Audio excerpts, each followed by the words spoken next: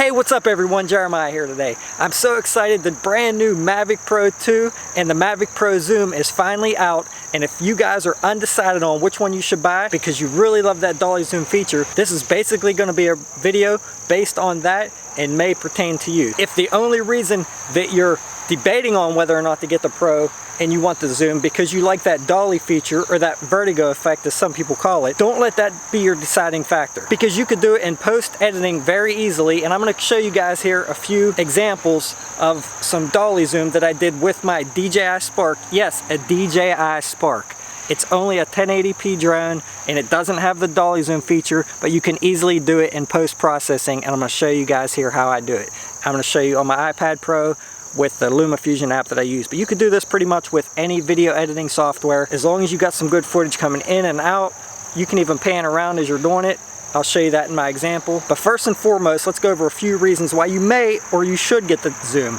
If you want something that's going to be processed super quick in the drone and sent directly to your phone for easy sharing on social media, Facebook, fast and easy YouTube videos, then yes, you may want the zoom because it's going to process that in the drone and send it right to your phone, and you're not going to have to do any editing afterward.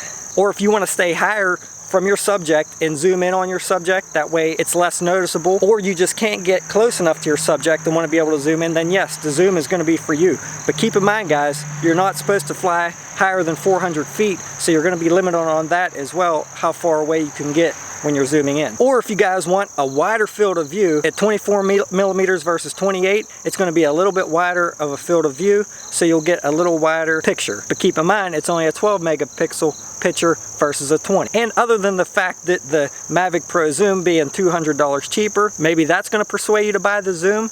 But if you guys are only doing it, like I said, this video is basically based on those of you who are undecided because of the Dolly zoom. If you basically are undecided on that, don't let that persuade you away from getting the Mavic Pro 2, because the Mavic Pro 2 has a bigger and better sensor. It's going to capture more low light, better videos in low light. So if you like them sunrises or them sunsets where the light is a little bit low, or you want a bigger quality image when you're taking photos, it'll record up to a 20 megapixel image that you can crop down versus the 12 megapixel of the zoom.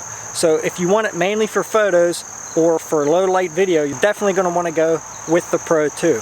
So I'm going to go ahead and show you some of the footage I got yesterday with my DJI Spark and how I turned it into a Dolly zoom effect, or the vertigo effect as some of you call it. If you found this video helpful or enjoyable, please click that thumbs up, click on that subscribe button, and don't forget to hit that bell next to it so you don't miss anything in the future.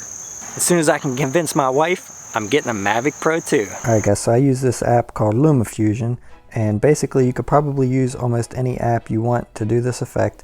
You'll see here a couple examples that I already have done that you've seen earlier in the video.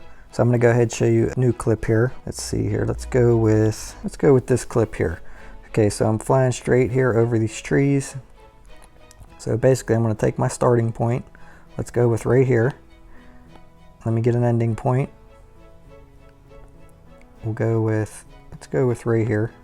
I'm going to drag that clip down into the timeline. It's 12.2 seconds long.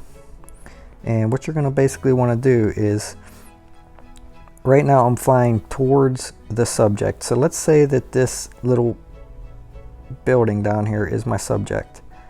So what you're going to want to do is, as you're flying closer, that subject basically is getting bigger. So what you want to do is, you want to go ahead into the video, into that clip, and you want to go to your first frame, put a keyframe, and you're going to want to zoom in on that video and make that frame about the size of what the end of your video is.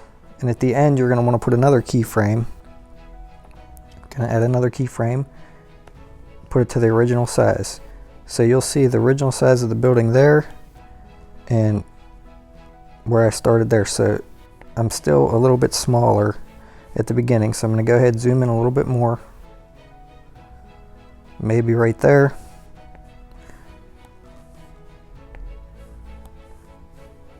Alright, now we'll play it and see what that looks like. And it's going a little bit slow, so we're going to go ahead and speed it up a little bit. But you'll see that the building's staying about the same size and the background is changing. It's getting a wider field of view. So let's go ahead and speed it up a little bit. Let's go Let's try 3 times. Alright, so that looks pretty good. Let's go back here.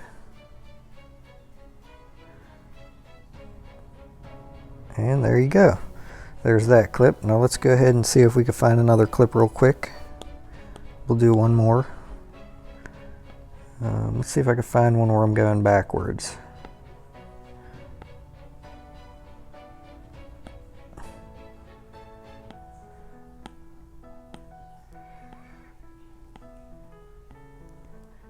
See, nope, going forward there. Let's try this clip. Alright, this is the one that I did previously.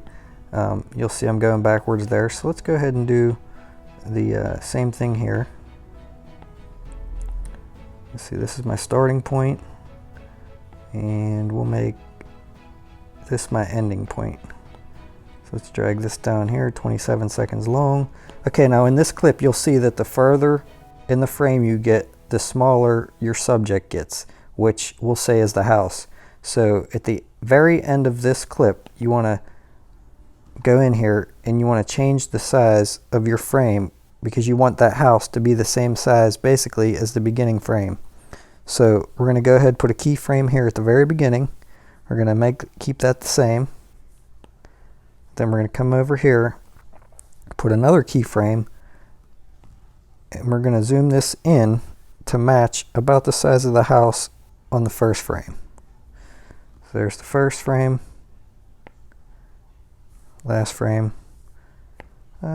It's probably roughly around the same size. Now what we're going to do is come back over here to this frame, and we're going to just move this down just to try to keep the house in about the same area. Alright, going to come down a little bit more, maybe here. There it is at the beginning, there it is at the end, and that's fairly close. Let's see what that clip looks like. We'll play it, and you'll notice the background, the vertigo effect in the background there. And again, this one's going a little bit slow, so we're going to go ahead and speed it up. But you'll see that my main subject, which is the house, is staying roughly the same size, and the field of view in the background is changing. Now keep in mind guys, this is only a 1080p video, so the further you zoom in, the lower the quality. If you can record in 4K and do this, the footage will turn out excellent if you render in 1080p. Alright, so let's go ahead and speed this up a little bit. We'll try 3 times. Alright, there it is. And maybe we'll go a little faster on this one, 4 times. Alright, that looks pretty good. So let's go back and see what we got here.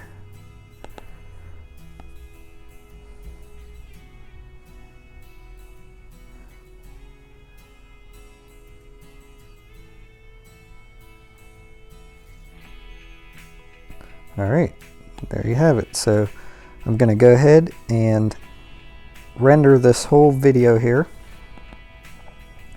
and I'll go ahead and put it at the end of this so you can see what the finished product was. So I'm going to go ahead and export this to a movie into my Photos app.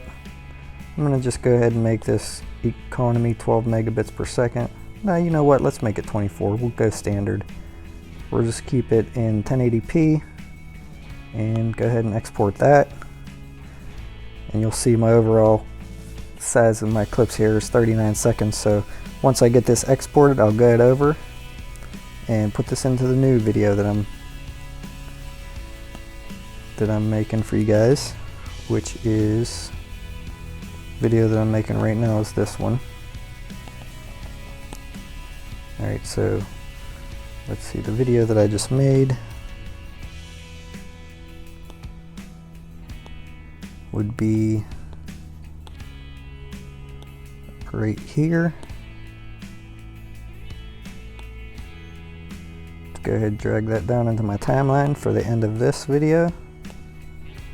There's my 39-second video. Alright guys, and there it is. So I'm going to go ahead, render this, upload it to YouTube. Let me know what you guys think. Please subscribe if you already haven't done so, and check out some of my other drone tips, tutorials, and some of my other videos. Thanks for watching guys, and I will see you guys again on the next one.